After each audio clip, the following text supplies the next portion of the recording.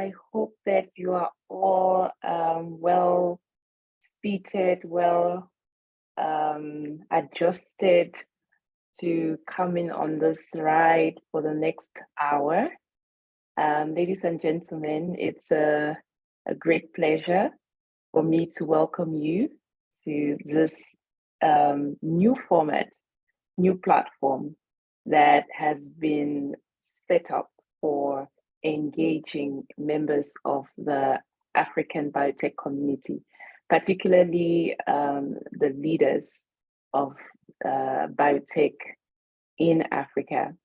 So I'm really thrilled to address you today in this virtual format as we embark on this incredible journey of transformation and collaboration through this new platform, which we will be calling the Dialogue with African Biotech Leaders. This digital platform will allow us to connect, engage, exchange ideas, transcending geographical boundaries, so that we can fully unleash the potential of the African biotech industry. So on this call and for this launch, this inaugural event, I am not alone. I am joined by Dr. Sia Tutela, who is the non-executive director of Africa Bio. Welcome, Dr. Tutela. Thank you, Dr. Adrian Yusa, and it's a pleasure to be here and have this conversation with you and our colleague, Dr. Bassin.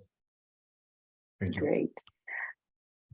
And I would also love to extend a warm welcome to Dr. Loud Bassin, who I believe is joining us all the way from Accra in Ghana. Hello, Loud, welcome. Thank you very much. I'm glad to be here. Thank you. Awesome. So as you can see by Dr. Loud Bassin's presence, this is not a South African thing, it's not a Ghanaian thing, and also from the name of this platform, we are aiming to build a Pan-African network of leaders for biotech in Africa, but not just Africa as a geographical context. We are also looking to make this network broader than just geography. Anyone who identifies with Africa in the diaspora is also welcome to be part of this platform. So I would also want to extend our heartfelt gratitude to Dr. Nhlanhla Msomi, the esteemed president and chairman of Africa Bio. It is through his visionary leadership and unwavering support that we have been able to conceptualize these dialogues with African Biotech Leaders initiative. And we are honored to have him as our guide on this remarkable journey.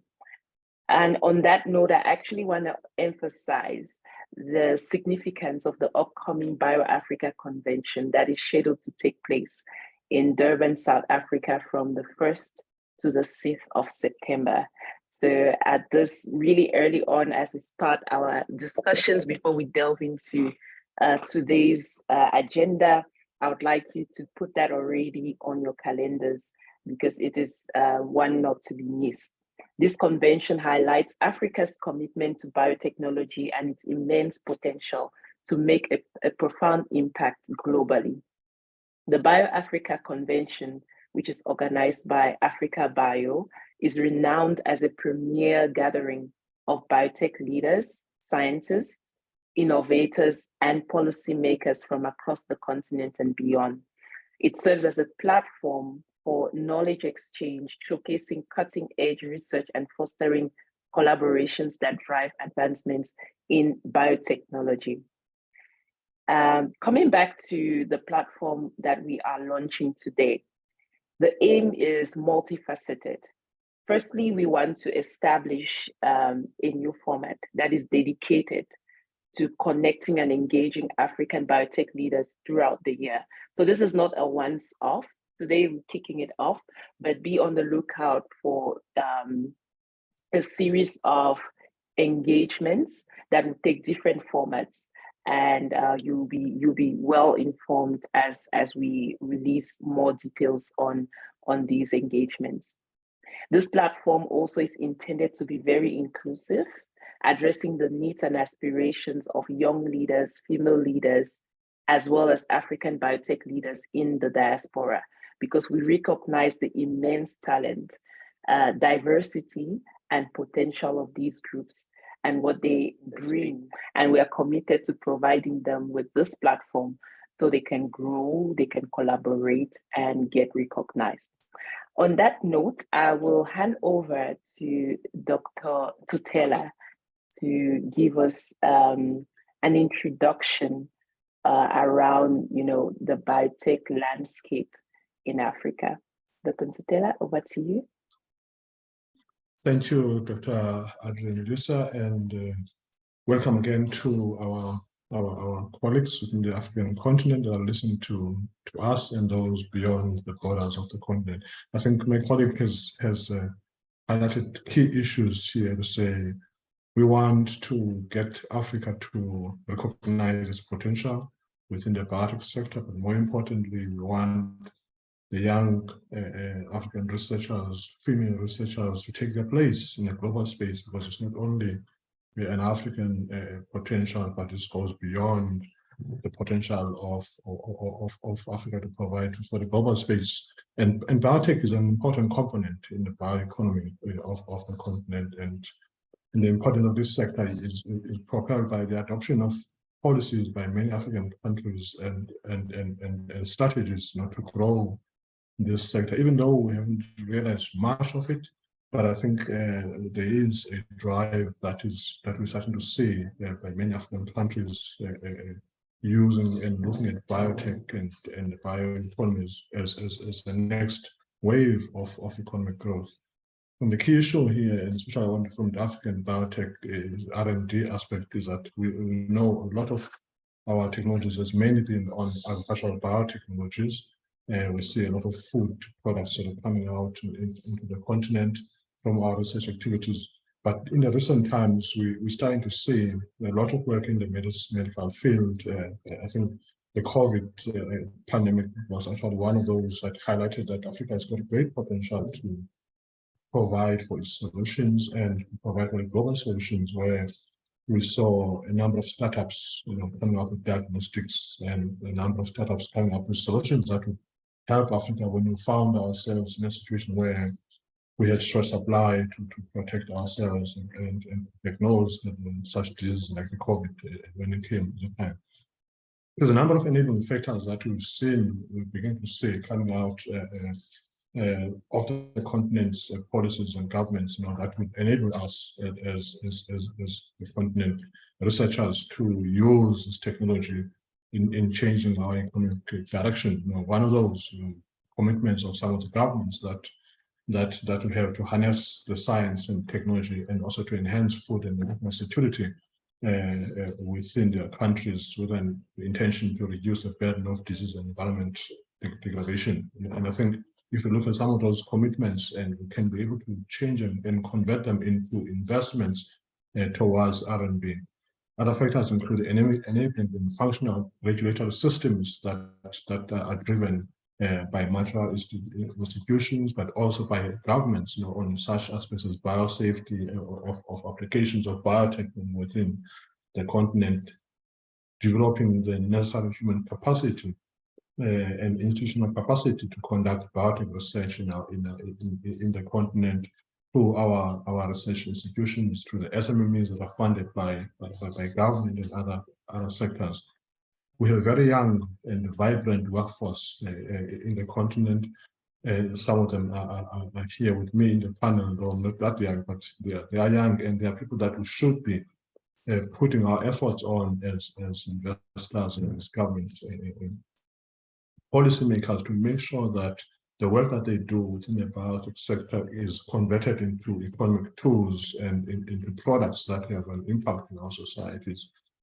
I did talk about the policy environments that we we need to support as SMEs and as business to make sure that when our government are coming up with these policies, those are pro-investment, and they're pro-private sector supporting, because we don't want to have policies that are very stringent and strict in such a manner that they do not foster a partnership. So some of the key issues that we need to talk about in these discussions, like the one we have today, is how do we map up policies that will be able to enhance Africa's potential and to create a conducive environment for investment to come into the continent, for biotech to thrive, and for SMEs, to see this as one sector that could be supported by investors in the continent. Another issue that maybe we need to also consider to talk about into the future, colleagues, is that of the sound intellectual property protection regime, within the continent. We're going to be able to protect our IP,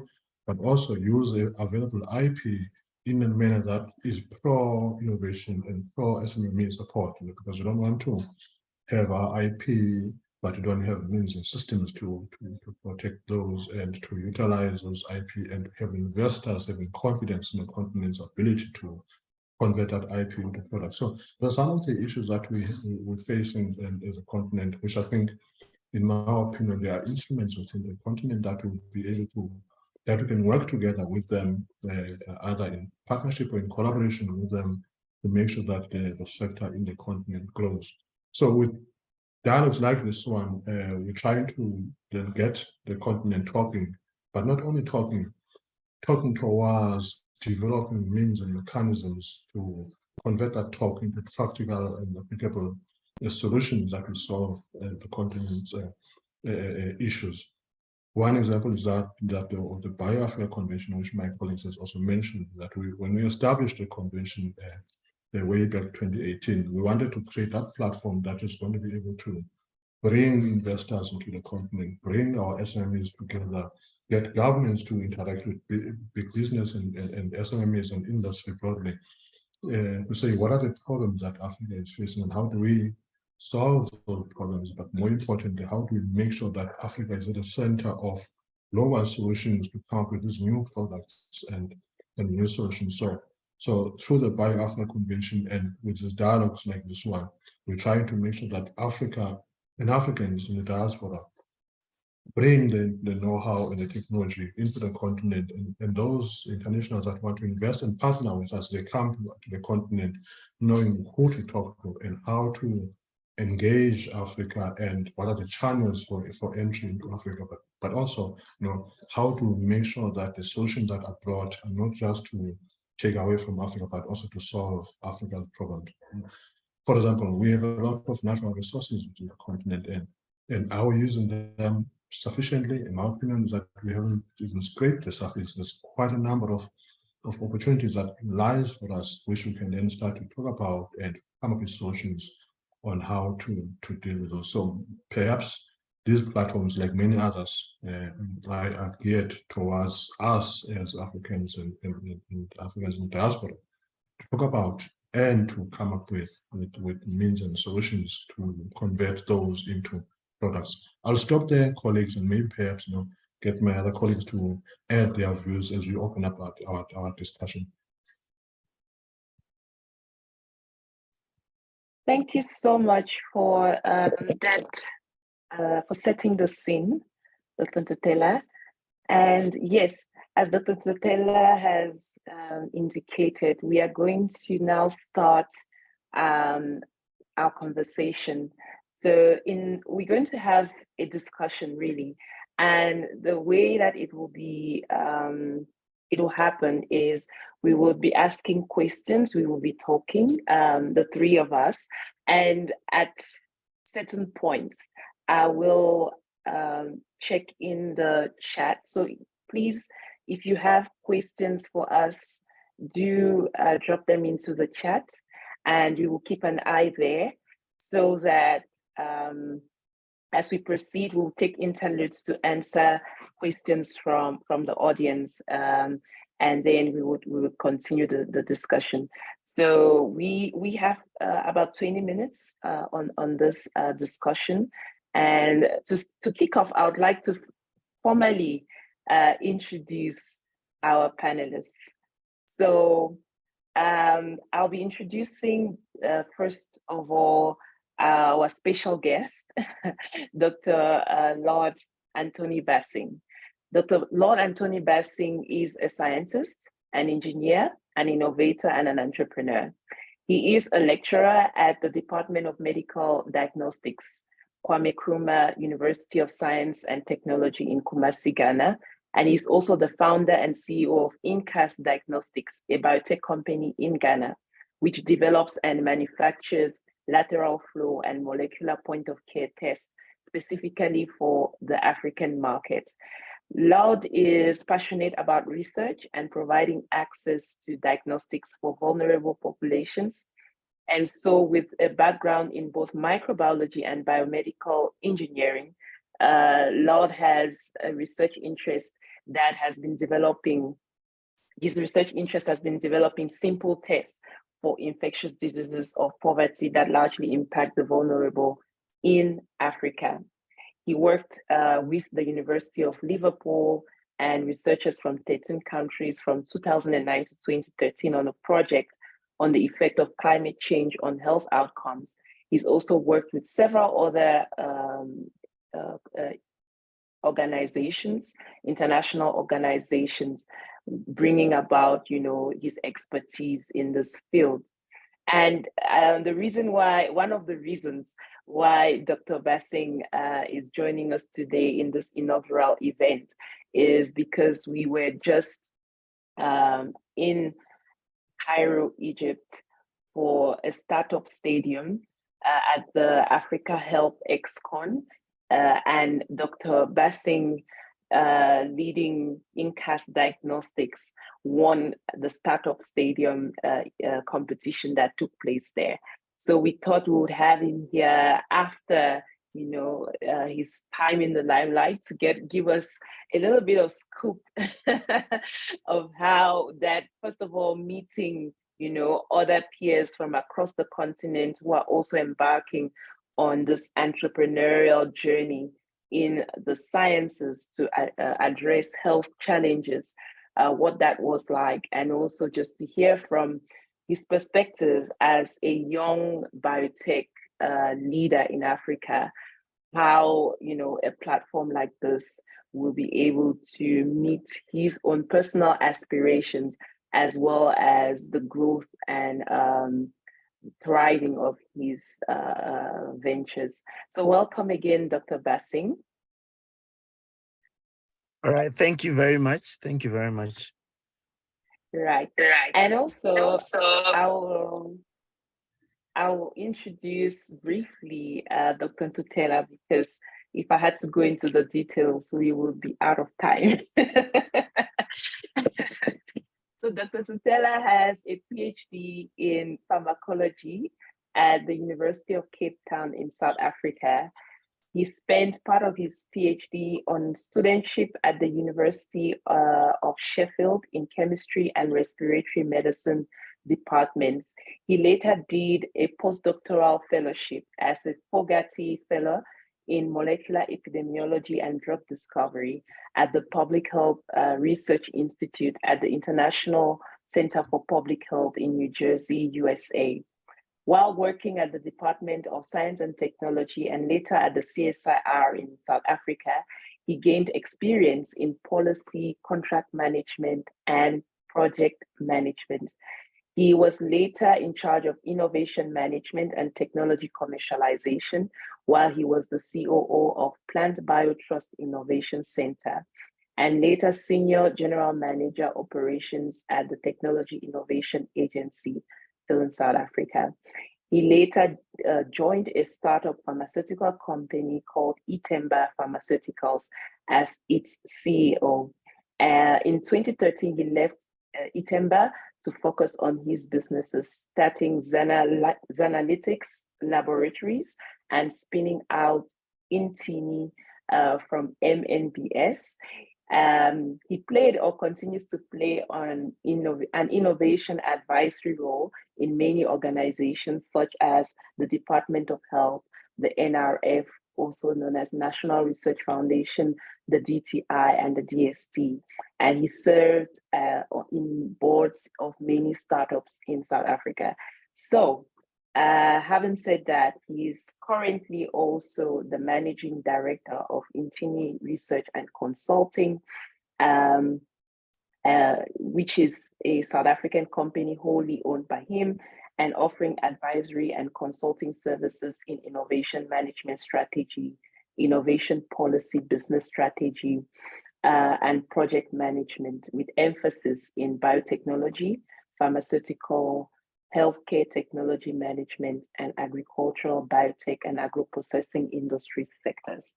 So welcome again. I just wanted to paint the picture of why we have these guests, and also to let the audience know that they are in good company in terms of relating to their journeys as biotech leaders, but also giving advice possibly and answering some of their more expert technical questions.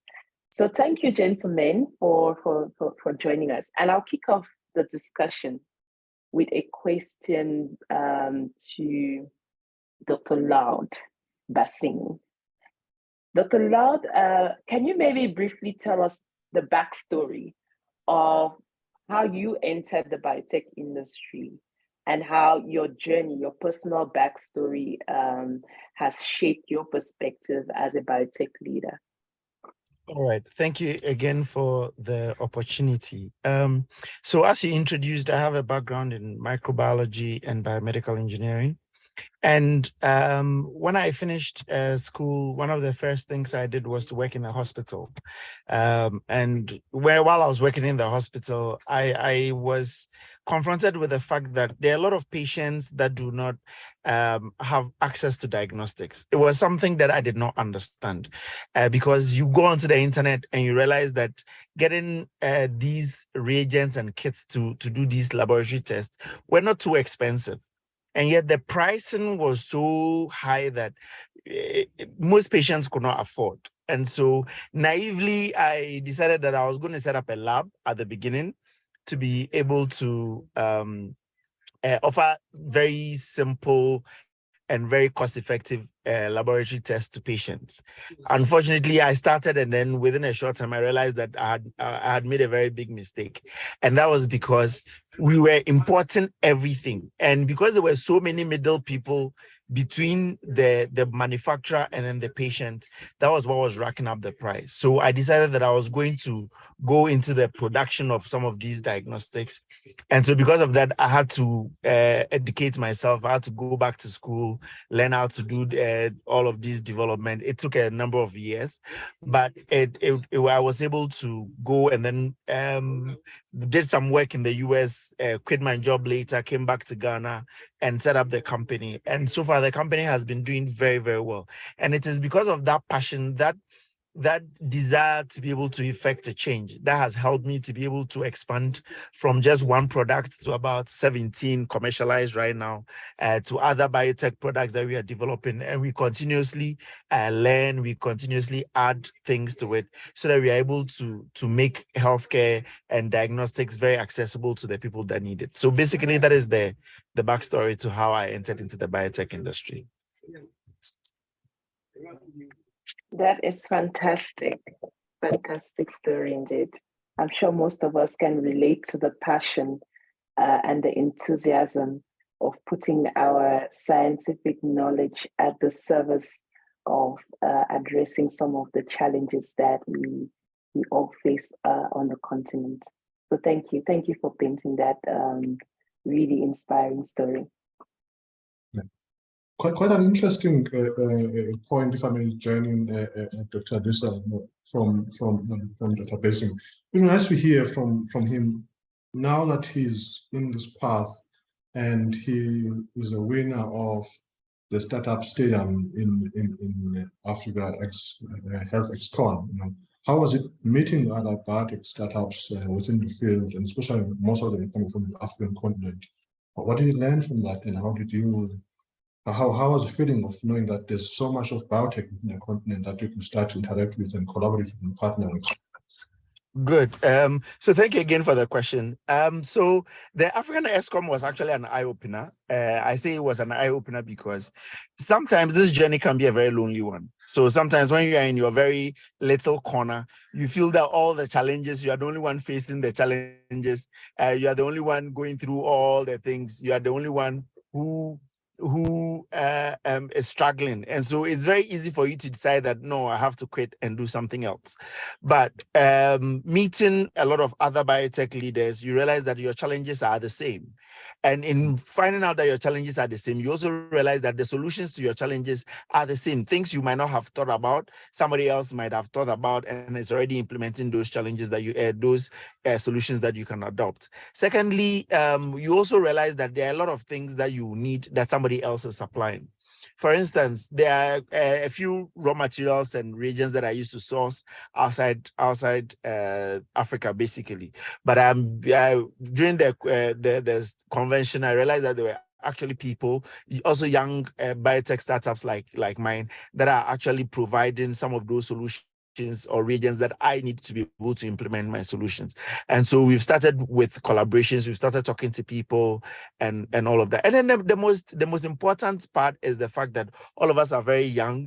We bonded very well. There are people we are talking to right now, and we've become very good friends. And for us, we are even thinking about new plans, things that we want to do that are even separate from our different companies right now, but we are thinking about how to combine some of our expertise to be able to move forward. So all in all, it was a very impactful meeting or convention. The people that we met, especially the other young biotech leaders, have been instrumental in a renewed sense of hope and a renewed sense of purpose for me personally, because then I realized that it's a journey that we can go together. It's been a tough journey, I would not lie. It's been a tough journey, and sometimes you want to quit and everything. But the convention has made me realize that you're not the only one. There are a lot of other people that are going through yours. So together we can solve our problems. So that was my takeaway from the convention.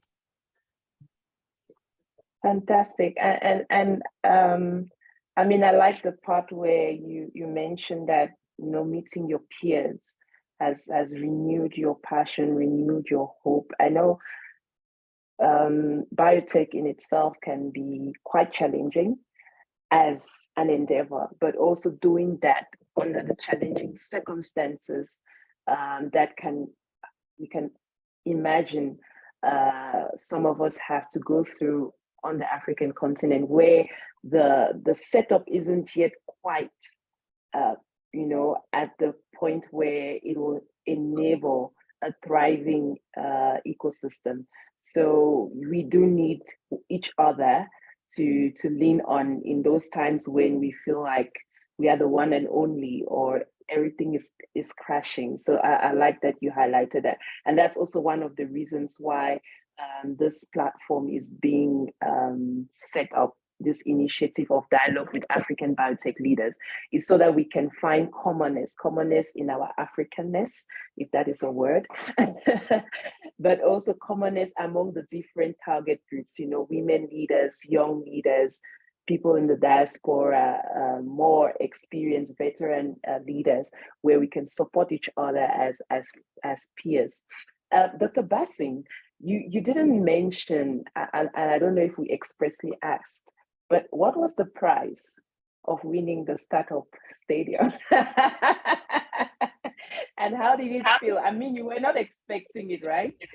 No, to be very honest, I'm sure if you watch the video of the announcement, the prize announcement, you would realize the shock on my face. So after my pitch, I actually had two of my colleagues that had told me that I was going to win. One was from South Africa and the other, I think, from Kenya. They were sitting by me. So after I did a presentation, when I came back to City, they were like, "You're going to win this." But then I didn't feel that way, because I felt that, well, you had made a few mistakes and all of those things. And then there were others that also presented and you were like, wow, this person is really good and all of that. And so when they started to announce, and then to be very honest, I least expected it. So when the judge said, "Oh, it's even a South American name," surprisingly, I didn't relate it to my company. I honestly didn't relate it. So I was like, "Oh my God, I didn't win this." So and then I had the name, and then I literally opened my mouth. But it was a good experience. The outpouring of love, even from my fellow contestants, was also very, very, very heartwarming. The prize was $10,000, and then a trip to Durban, fully paid expenses to Durban for the convention. So it's a wonderful prize. Yes. Yeah, no, I was there. So I do confirm your shock and how you didn't identify the name of your company when it was called. Yes.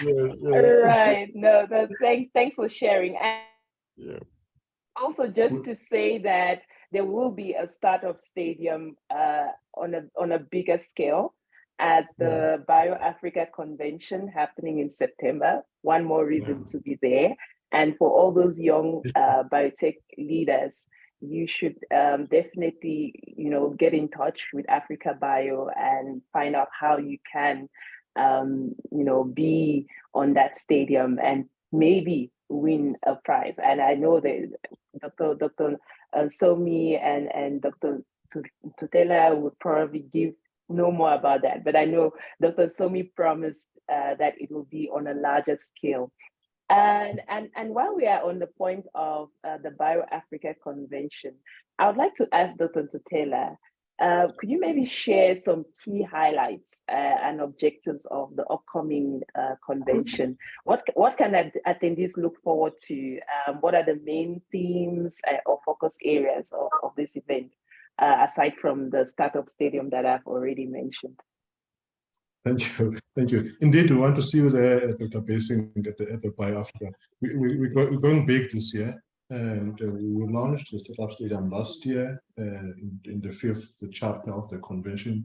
This year is the 6th convention that we're having in Durban on the 4th to the 6th of September. We're starting with our usual BioAfrica Academy, where we have a number of organizations, multilateral institutions that will be providing training to startups, startup SMEs, to students, to industry players, on a number of topics. I can't mention all of them. For them, the ICGEP will be running their own programs on the Friday, the Saturday, and the Sunday before the convention.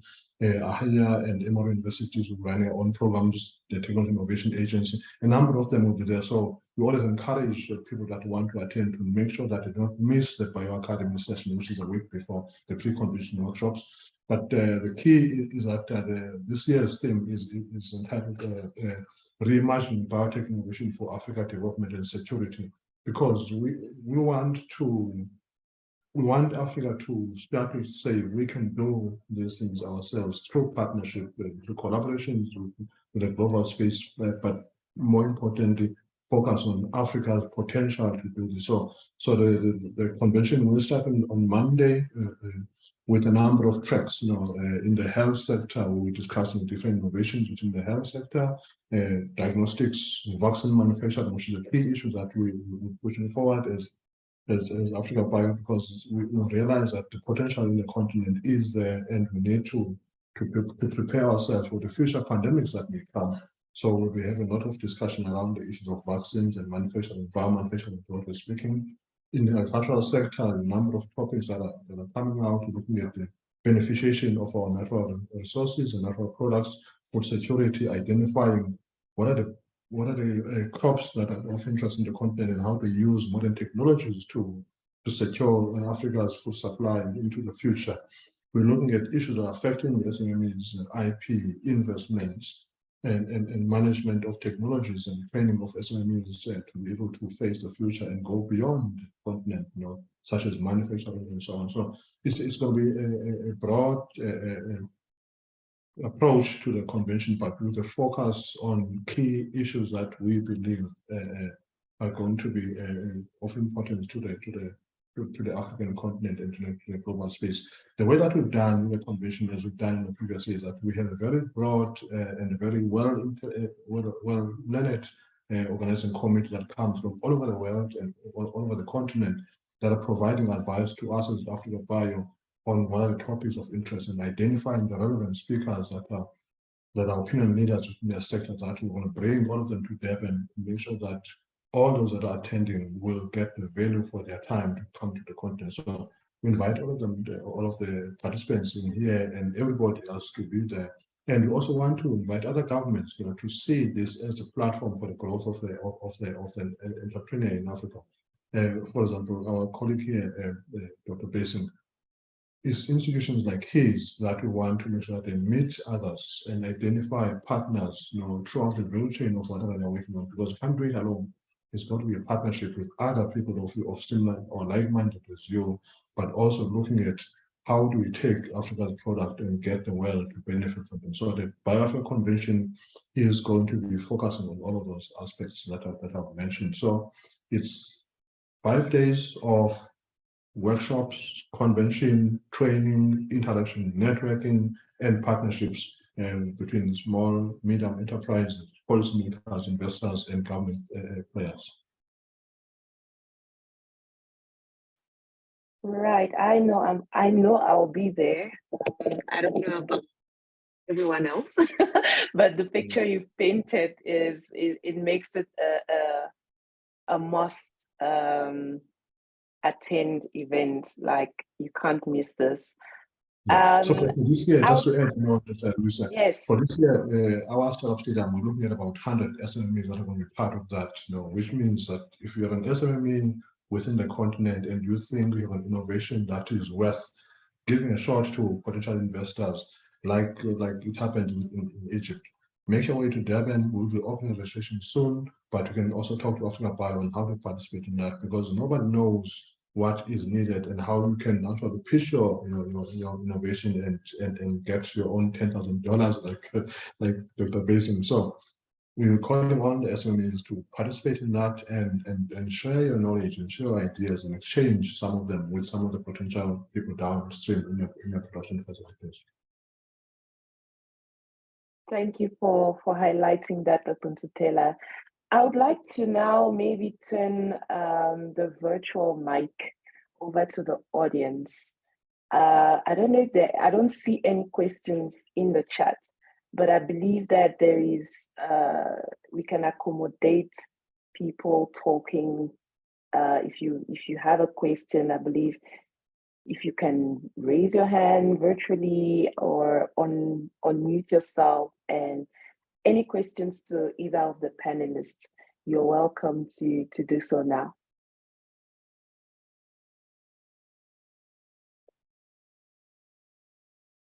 Okay, while we are waiting for questions from the audience, I would like to ask Dr. Bassing, if you consider this platform, the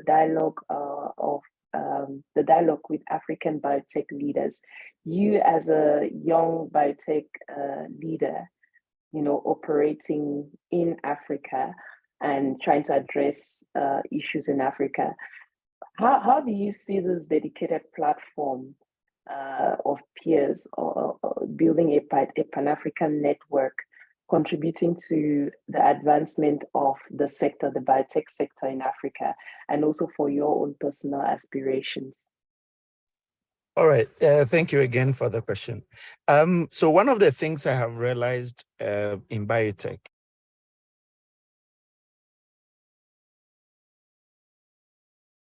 are actually being implemented by someone else. And so when there's a platform, for instance, like this, where it's a dialogue of those in the biotech space, they're going to talk about their challenges. They're going to talk about how they are solving those challenges. For those of us who are also learning from some of these leaders, we are going to listen to the challenges. We are going to realize that those challenges apply to us, and we're going to apply some of those solutions, and we're going to realize that it's going to help us. Once again, as I indicated, there are a lot of things you might need: raw materials, reagents, maybe maybe other things, other skills, for instance, that you might need, that you realize from this dialogue that somebody else has. And so it will be easy to then quickly contact them and be able to do business with them, seek their advice or seek their expertise in being able to expand. I think this is in the right space. It helps us to be able to move together as those of us in the continent and even in the diaspora, because one of the things is that you cannot do it alone. It's going to be almost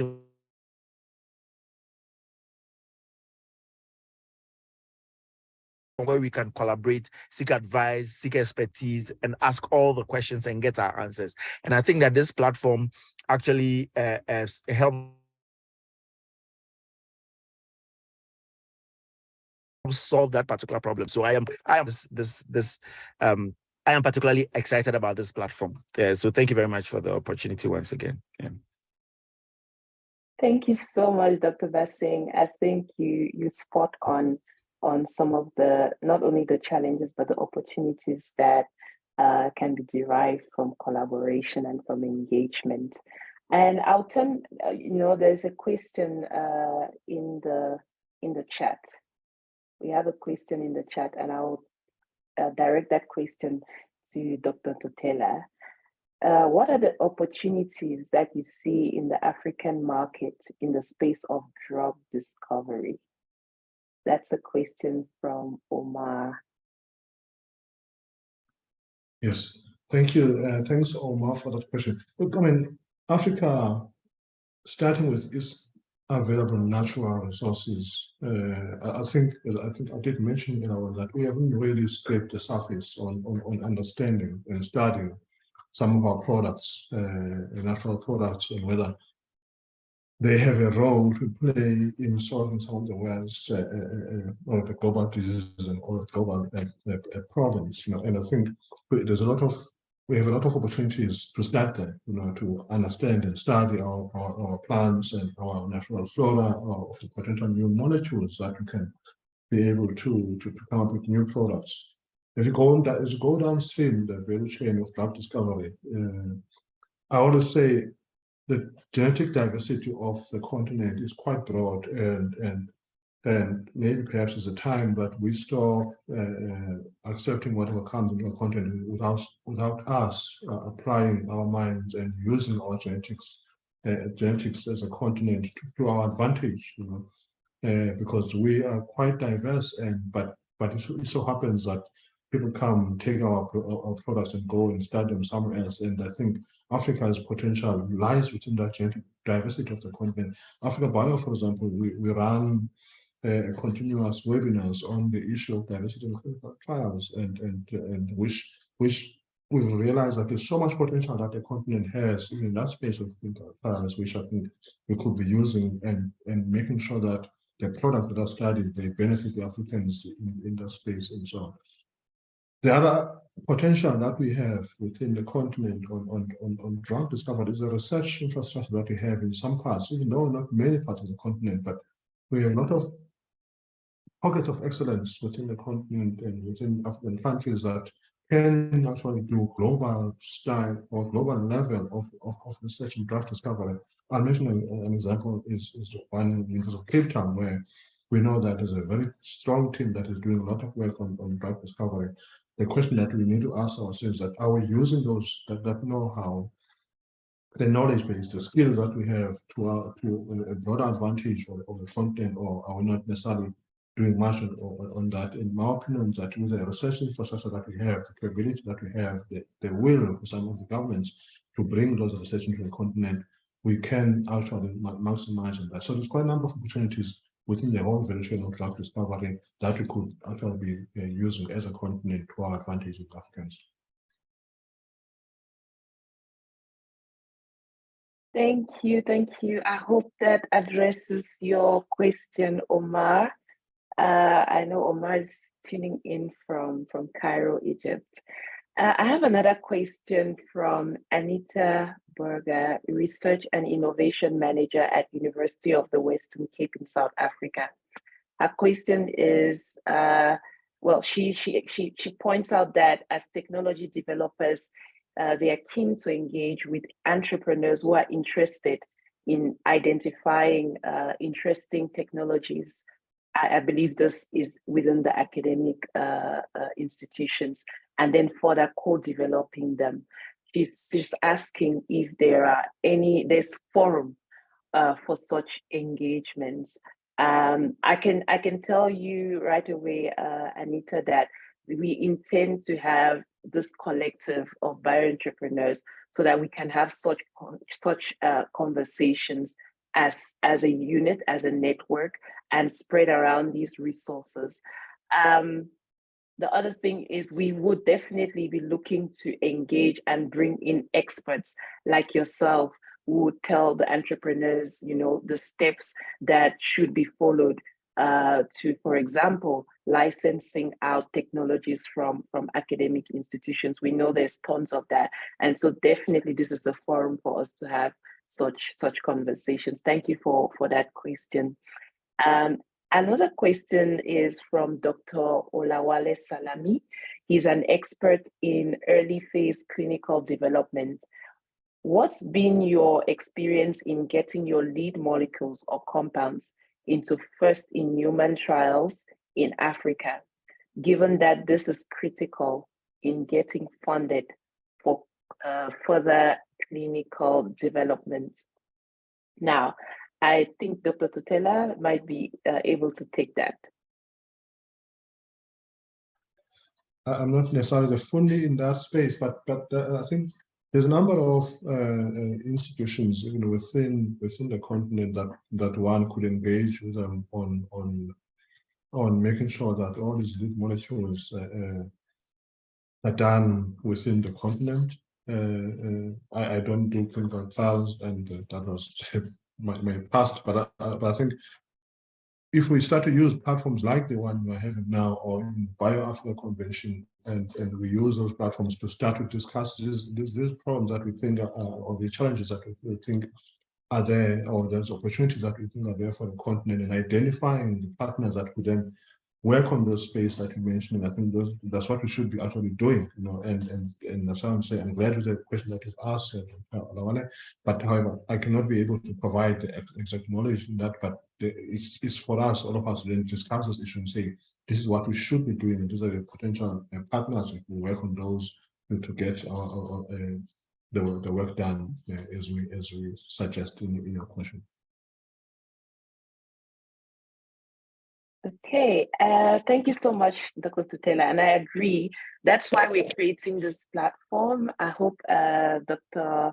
Olawale Salami, that you will be joining us so that we can, have the people within the drug discovery, drug development space from across Africa. And I can tell you already in the audience, there are people that have experience and that can share their experience and guidance. Even experts who are working alongside these entrepreneurs can also engage on this platform, or will be engaging on this platform. So we will keep your question, and we will be able to address that in future conversations, which will focus specifically in the area of drug development in Africa. Right. So I have another question from, and I'm conscious of time. I'll be taking this. Let's see how it goes. But I'll be getting this question, and then we would move again to some of the content that we were hoping to share with you in this hour. So I have a question from Delali Atipo. I hope I didn't kill your name. Apologies. How does this platform envision engagement from the diaspora? So I'm really glad that you asked that question, Delali, because we are very much cognizant of the fact that a lot of the talent in biotechnology, and we're just saying biotechnology because of this, the reason why we gathered, obviously that expands to other industries, other areas, but a lot of the talent, African talent, definitely lies in the diaspora. A lot of the discovery, innovation, and what have you that is happening in the rest of the world, in the global markets, is driven, and we know that, by Africans. So we definitely want to be able to have this network, this Pan-African network, but have it also creating a forum where the diaspora knows, how to engage the biotech ecosystem in Africa. So they have like a focal point where they can engage, and whichever areas, specific areas they would like to focus on, if they are scientists, if they are in the business development, if they are looking at invest in the investment space, we would like to then be able to channel those conversations, having a network of everyone that is doing biotech entrepreneurship in Africa. So we're hoping that through this platform there will be a more organized engagement between the biotech ecosystem in Africa and the diaspora. So this is definitely a platform where these engagements will be happening. So thanks for that. I hope that answers your question. I would like to, on that point made by, or on that question, just build up a little bit more context around the dialogue with African biotech leaders. So the idea is to provide, or the vision is to provide a platform for exchange and discussion among African biotech leaders, like I said, aiming to establish a Pan-African network so that we can gain thorough insights into their challenges and as well as their strengths, and promote the African biotech landscape within and beyond Africa. And so we envision that we will be doing this so that we can promote collaboration and networking, share industry insights within the network, encourage entrepreneurship within and outside of the network, and address challenges and opportunities that are unique to Africa. We would also love to promote sustainable solutions as well as responsible growth and innovation. So the dialogue with African biotech leaders will adopt a hybrid format. So today we are in a digital format, but we will also be having at least once a year a face-to-face event. And as it stands now, we would love for the face-to-face event to coincide with the annual BioAfrica convention. So that's one more reason to, subscribe to the BioAfrica convention, follow them, or follow the organization, and keep tabs on the different programs that will be happening around the build-up to the convention. So through the digital platform, we will be offering regular fireside chats, expert presentations, interactive discussions, networking opportunities, as well as curated resources, so that we ensure continuous engagement and learning opportunities for the community. The digital space will also serve as a hub for knowledge sharing, collaboration, and exchange of best practices. And the annual face-to-face event is really important because we want to make sure that we offer the unique opportunity for in-person interactions, deeper connections, and meaningful collaborations among the biotech leaders in Africa. And we firmly believe that by nurturing an ecosystem of knowledge, collaboration, and inclusivity, we can catalyze the growth and development of the African biotech industry. So yeah, I hope that paints the picture of how we are envisioning taking this journey of the dialogue with African biotech leaders. And I hope that you are all going to subscribe. If you are on LinkedIn, there's already a LinkedIn page that is up. And I believe that we're also going to be reaching out to you to get you on our mailing list, as well as just keeping you in the loop of all the different engagement events that we'll be having. and giving you more details as we build this platform together. We want to build this together, so it's not something that the three of us or BioAfrica is doing, but we are hoping that through regular engagement, we will also get feedback from you. We will get suggestions from you on how to make this successful, how to make this address your needs and make you get value from belonging to this platform. So on that note, I will maybe give 1 minute to each of our panelists to share their last remarks as to what they see this platform contributing to the sustainable growth of the biotech industry in Africa. I'll first hand over the virtual mic to Dr. Bassing. All right, so thank you very much. Once again, thank you to Africa Bio for the invitation and then for the platform. I think this platform is going to do a lot of amazing things. For instance, when I saw the message from the person from the University of Western Cape, I was like, oh, I should contact them because I'm an entrepreneur with a company that is interested in adopting technologies and commercializing them and co-creating some of these technologies. So that is one of the first things that the platform is doing, bringing entrepreneurs and technology developers and other people around. So I have very high hopes for this platform. So thank you very much. Yes. Okay. Yes, Dr. Tutela?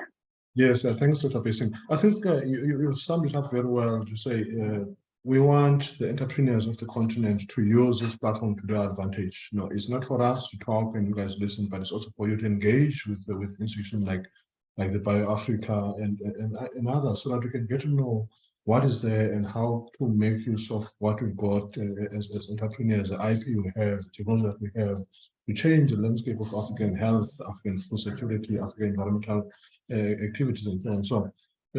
So it's a good platform, and thank you to our colleague, Dr. Lisa, for bringing up some of these questions to make sure that we talk about the issues that we think are relevant to us.